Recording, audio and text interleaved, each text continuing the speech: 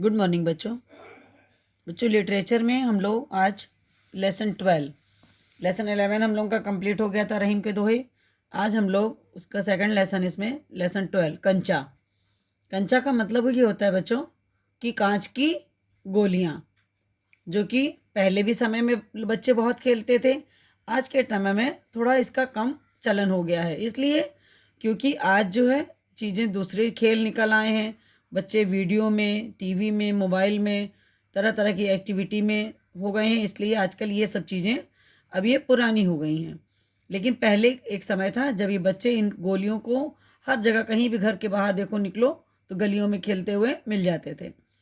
इस कहानी में बच्चों एक ऐसे ही बच्चे की ये कहानी है जिसे कंचे अचानक स्कूल से जाते समय रास्ते में दिखाई पड़ते हैं।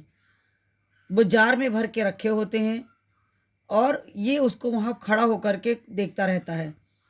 और दुकानदार पूछता है, तुम्हें क्या चाहिए, क्या तुम्हें ये लेने हैं? वो उसका सिर में हिलाता है कि हाँ मुझे चाहिए, तो लेकिन वो खुद से डिसीजन नहीं ले पाता क्योंकि वो उसके बारे में ज़्यादा कुछ जानता नहीं था। ठीक है बच्चों, तो जार में जो कंचे रखे थे, जब वो उनको खूब गौर से देख रहा था तो उसको ये, उसने देखते देखते ऐसी कल्पना की, ऐसा महसूस किया कि मैं इतना बड़ा जार वो हो गया है कि वो जार के अंदर ही मैं घुस गया हूँ। जैसे उसके देखते देखते जार बड़ा होने लगा और वह आसमान सा बड़ा हो गया और वह उसके भीतर आ गया है। वहाँ और कोई लड़का भी नहीं है, फिर भी वह वही पसंद था, है ना। और उसके अंदर ही उसको ये लगता है कि वह चारों तरफ अपने कंचे बिखेर करके वह खेल रहा है। इस तरह से बच्चों फिर वो स्कूल पहुंच जाता है, लेकिन उसकी कल्पना और उसकी इच्छा जो है वो हर समय केवल, उसका पूरा जो भाव था वो सारा केवल कंचों के आसपास ही उसके विचार घूम रहे थे। उसे ये नहीं पता चल पा रहा था कि क्लास में क्या पढ़ाया जा रहा है, मास्टर जी क्या पढ़ा रहे हैं। और इस तरह से धीरे धीरे उसने जो है एकदम उसकी सुध-बुध में नहीं था। उसको उतने में मास्टर जी पूछते हैं कि मैंने अभी क्या बताया, वो उसका जवाब ही नहीं दे पाया क्योंकि उसका दिल दिमाग कहीं और था। अंत में उसको पनिशमेंट मिली, सज़ा मिल गई, उसको डेस्क के ऊपर खड़ा कर दिया गया। उस पर खड़ा होकर के वो रोने लगा और थोड़ी देर बाद सब बच्चे उसको देख देख के हंस रहे थे। थोड़ी देर बाद क्या होता है कि एक चपरासी आता है, वो पूछता है, बोलता है कि जो लोग फीस लाए हैं वो जा कर के फीस जमा कर दें। ये भी अपने मास्टर जी से कहता है कि हाँ मुझे भी मास्टर जी जमा करनी है। तो वो फीस क्या करता है कि लेकर के जाता है। वहाँ पर भीड़ भाड़ बहुत थी, कुछ बच्चे जमा कर चुके थे, थोड़े से बच्चे बचे थे। उसी समय ये भी अपना वहीं खड़ा था। उतने में घंटी बज जाती है और वो फीस जमा नहीं करता है और पैसा लेके वापस चल देता है। और जब वापस जाता है तो रास्ते में फिर दुकान पड़ती है और दुकान के सामने पहुँच करके जाते हुए उसने उससे बोला कि मुझे जो है, दुकानदार के सामने पहुंचता है तो वो पूछता है उससे बच्चों कि क्या तुम्हें कंचे चाहिए? उसने बोला हाँ चाहिए। पैसा है? उसने बोला हाँ। जेब से पैसे निकालता है तो उसके जेब में 1.5 रुपये रहते हैं, क्योंकि वह 1.5 रुपये उस समय की स्कूल की फीस थी। तो वो लेकिन 1.5 रुपये उसने पूरे जब दुकानदार को दे दी तो दुकानदार बड़े आश्चर्य में पड़ गया कि इतने ढेर सारे पैसे लेके ये कंचा लेने आया है। तो उससे पूछता है कि तुम इतने ज़्यादा क्यों लेना चाहते हो, इतना पैसा क्यों लाए हो?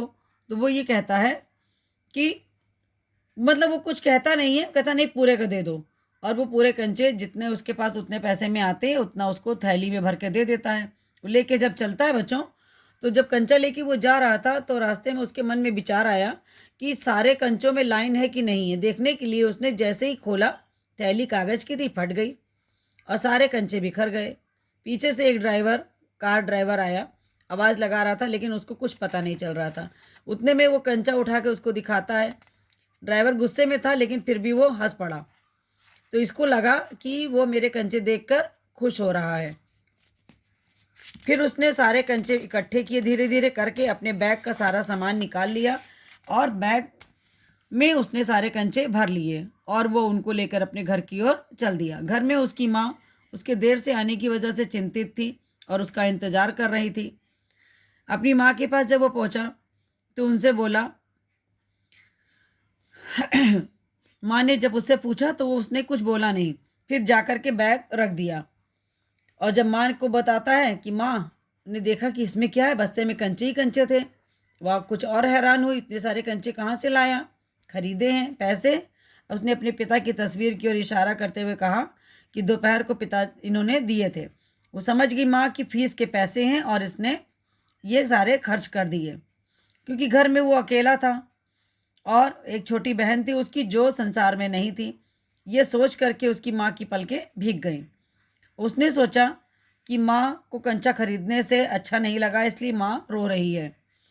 उसकी आंखों के सामने वो दुकानदार और ड्राइवर खड़े हंस रहे थे। फिर माँ को कंचे क्यों पसंद नहीं आए? कंचे तो अच्छे हैं। बुरे कंचे हैं ना? नहीं, अच्छे हैं, देखने में बहुत अच्छे लगते हैं ना, बहुत अच्छे। ये कह करके वो हंस पड़ा और माँ भी हंस पड़ी और आंसू से गीले गाल के पर अपने गाल सटा दिए और अब उसके दिल में खुशी झलक रही थी। बच्चों, ये थी टी पद्मनाभन की कहानी कंचा। ठीक है, इसके पश्चात हम लोग इसके शब्दार्थ करेंगे आज।